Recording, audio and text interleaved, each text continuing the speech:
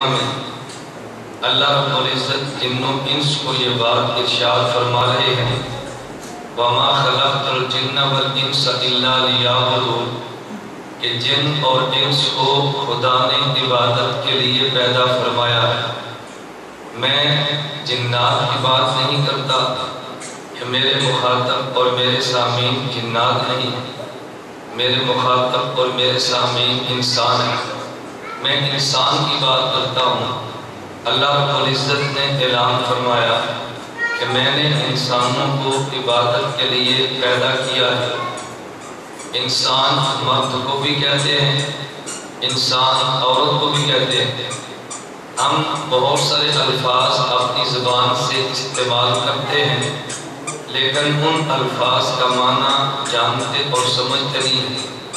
جو لفظ ہم اپنی زبان سے ادا کرتے ہیں اور ان الفاظ کا معنی نہیں جانتے اور نہیں سمجھتے، ان میں ایک لفظ انسان بھی ہے۔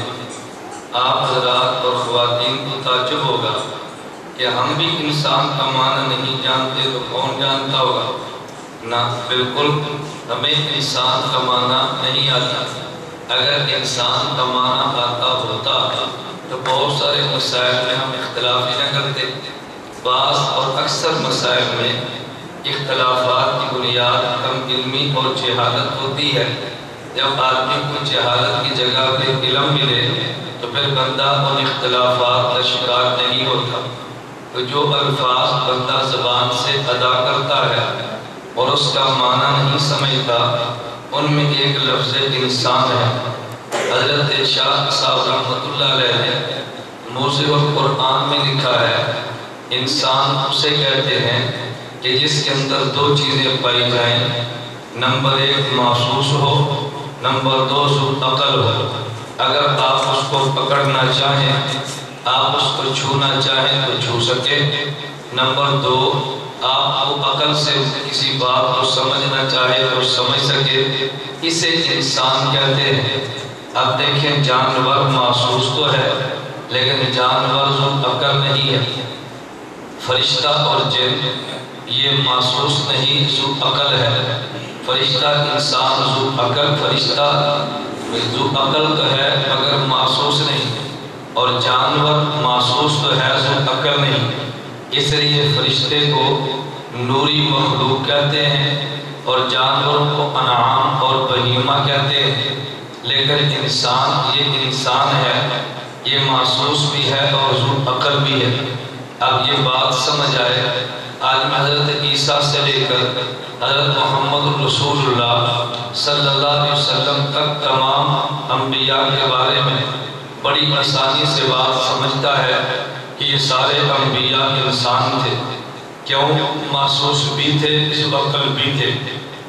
پیغمبر کو خدا وجود ایسا نہیں دیتا کہ جس وجود کو بندہ ہاتھ لگانا چاہے تو نہ لگا سکے، اور عقل تو صرف پیغمبر کی کامل ہی نہیں بلکہ اکمل ہوتی ہے۔ اللہ نبی کو عقل کتنی دیتا ہے؟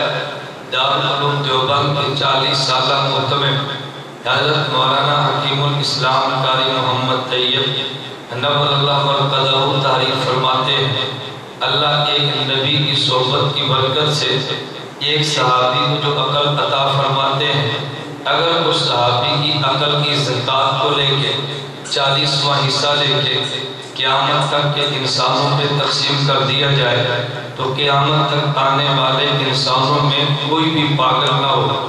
اتنی عقل اللہ صحابی کو دیتا ہے، تو بتاؤ جس نبی کی صحبت سے صحابی کو عقل ملتی ہے وہ نبی کتنا عقل والا ہوگا۔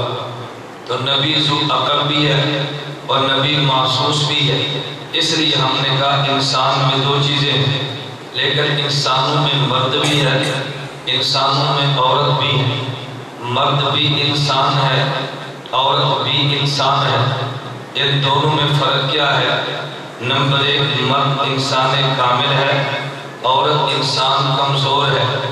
میں لفظ تو حدیث میں ہے کہ عورت ناقص ہے، لیکن ہمارے معاشرے میں اگر آپ ناقص کہیں گے تو ہماری مائیں اور بہنیں محسوس فرماتی ہیں ہمیں ناقص کہا۔ اگر کمزور کہیں گے تو کہتی ہیں ٹھیک ہے عورت ہے ہی کمزور۔ میں اس لیے لفظ بولا ہے کہ اس لفظ پہ آپ کو الجھن نہ ہو اور خوشی سے الفاظ قبول فرما لیں۔ تو مرد بھی انسان ہے، عورت بھی انسان ہے، مرد انسان کامل ہے، عورت کمزور انسان ہے۔ اچھا، اس کی دو کمزوریاں اللہ کے پیغمبر نے بیان فرمائی ہیں۔ رسول اکرم صلی اللہ علیہ وسلم نے صحابیات رضی اللہ تعالی عنہن سے ارشاد فرمایا کہ عورتیں دین میں بھی کمزور ہیں، عورتیں عقل میں بھی کمزور ہیں۔ صحابیات نے پوچھا کہ یا رسول اللہ وہ کیسے؟ اللہ کے پیغمبر نے فرمایا کہ دیکھو، مرد ایک ماہ مکمل نماز پڑھتا ہے، عورت ہر ماہ میں کچھ دن نماز چھوڑ دیتی ہے، اور یہ اس کا عذر ہے۔ یہ دلیل ہے دین میں کمزور ہونے کی۔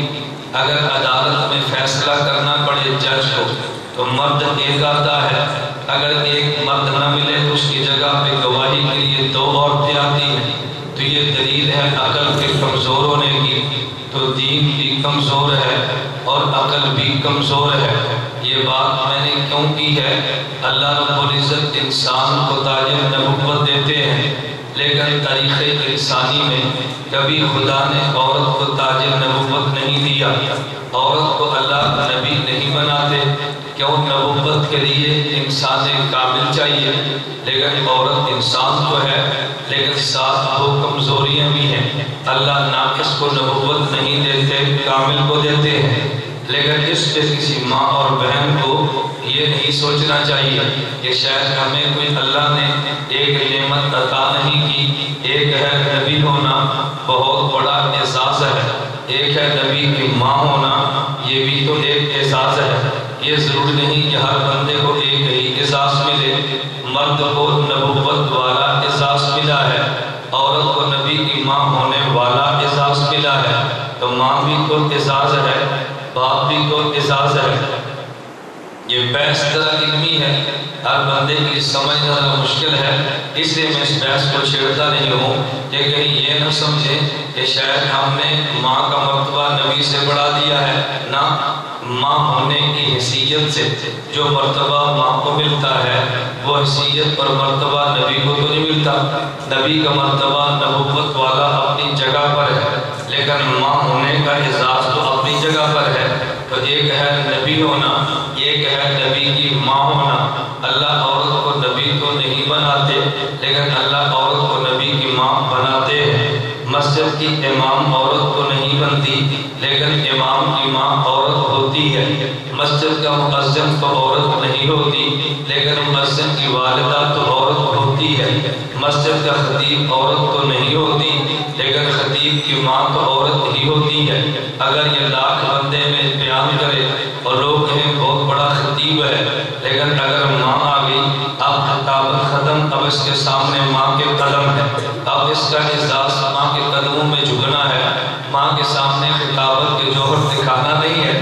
ایک آدمی بہت بڑا امام ہے، ٹھیک ہے لوگوں کے لیے ہے، لیکن ماں کے لیے خطیب نہیں، ماں کے لیے تو بیٹا ہے۔ اس لیے عورت کو خدا نے اعزاز چھوٹا نہیں دیا۔ تو نبوت کا اعزاز تو مردوں کو ملتا ہے، لیکن نبی کی ماں ہونے کا اعزاز اللہ عورتوں کو عطا